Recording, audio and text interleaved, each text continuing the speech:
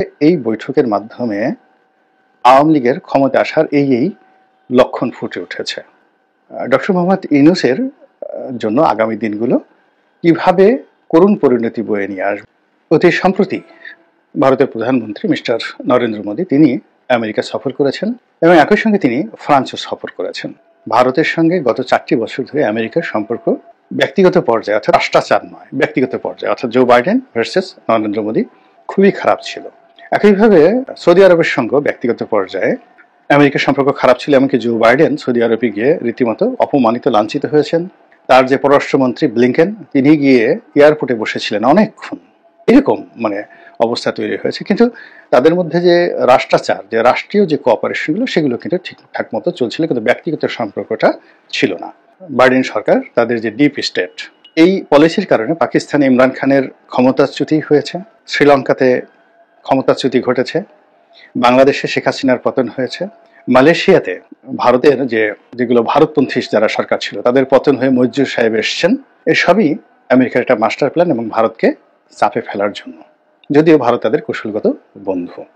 তো এই সকল বিপত্তি কাটিয়ে ওঠার জন্য তারা অধীর আগ্রহ অপেক্ষা করছিল আমেরিকার শাসন ক্ষমতায় এই ডেমোক্র্যাটদের পতন হোক, এবং এজন্য মিস্টার নরেন্দ্র মোদী তার যে অর্থনৈতিক সাম্রাজ্য রয়েছে, আদানি গ্রুপ, আম্বানি গ্রুপ এবং তাদের সহযোগী যারা রয়েছে দেশের বাইরে, যেমন হিন্দুজা পরিবার রয়েছে, অন্যান্য যারা এই সকল রাজনৈতিক ক্ষেত্রে অঢেল অর্থ বিনিয়োগ করে এবং ভারতীয় বংশোদ্ভূত লোকদেরকে যুক্তরাষ্ট্রের রাষ্ট্র ক্ষমতায় পৌঁছানোর জন্য বিলিয়ন বিলিয়ন ডলার খরচ করে। আপনি চিন্তা করুন যে ডোনাল্ড লুয়ের জায়গায় যাকে দেওয়া হয়েছে তিনি একজন ভারতীয়।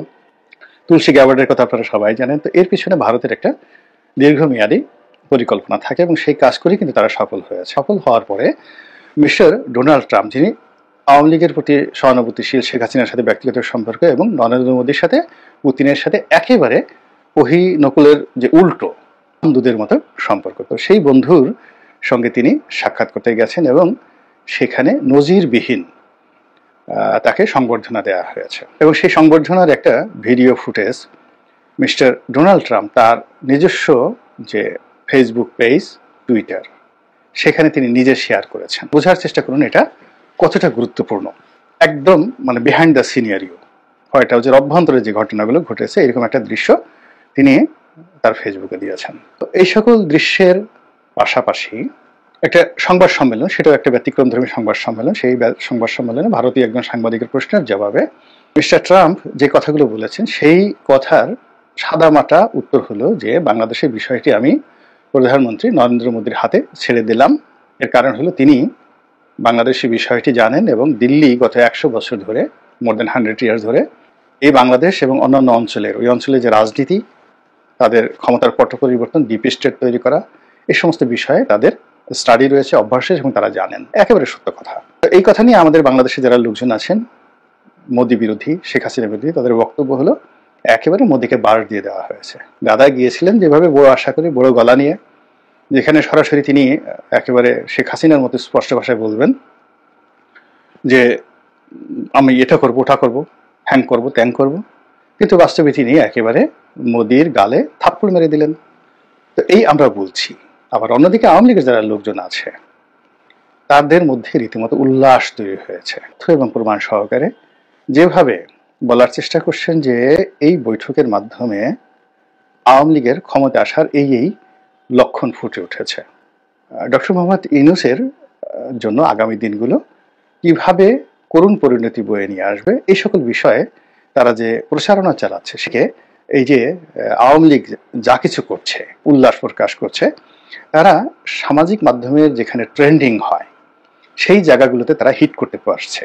এবং হিট করার কারণে কি হচ্ছে, তাদের যে কোনো বক্তব্য, যে কোনো কথা, যা কিছু সেটা অতি দ্রুত পৌঁছে যাচ্ছে জায়গা মতো এবং যাকে বলা হয় একটা রীতিমতো অস্থিরতা তৈরি করছে। শেখ হাসিনা টুস করে ঢুকে পড়বে বা অমুক হবে অমুক হবে, এটা নিয়ে এত হইচই কেন? আর হয় রাজ আমাদের দেশে আমরা নিজেরা যে বিষয়গুলো নিয়ে হইচই করছি, আজকে এটা হচ্ছে, কালকে ওটা হচ্ছে, ভারত চলো, দিল্লি চলো, ইনকলাব জিন্দাবাদ, এগুলো কেন আন্তর্জাতিক অঙ্গনে, দেশের বাইরে এগুলো নিয়ে একটা টু শব্দ হয় না কেন? কেন এই জিনিসগুলো নিয়ে দিল্লিতে একটা টু শব্দ হয় না?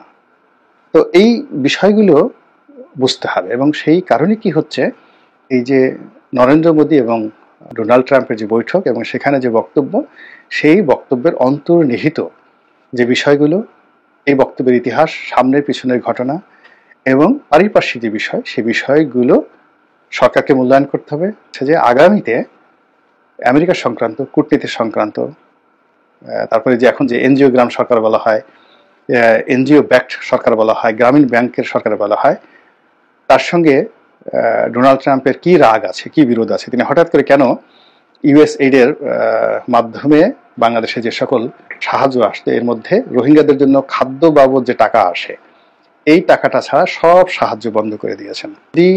আর ডোনাল্ড ট্রাম্পের যে বক্তব্য সেটি নিয়ে মাথা ঘামাতে হবে না, আমরা নিজেরাই নিজেদের ব্যাপারে সিদ্ধান্ত নিতে পারবো। অন্যথায় অতীতের মতো আমাদেরকে দিল্লিমুখী হতে হবে, অতীতের মতো আমাদেরকে আমেরিকামুখী হতে হবে, অথবা রুশ ভারতের দালাল হয়ে আমাদেরকে বাঁচতে হবে। আল্লাহ আমাদের সবাইকে হেদায়েত দান করুন।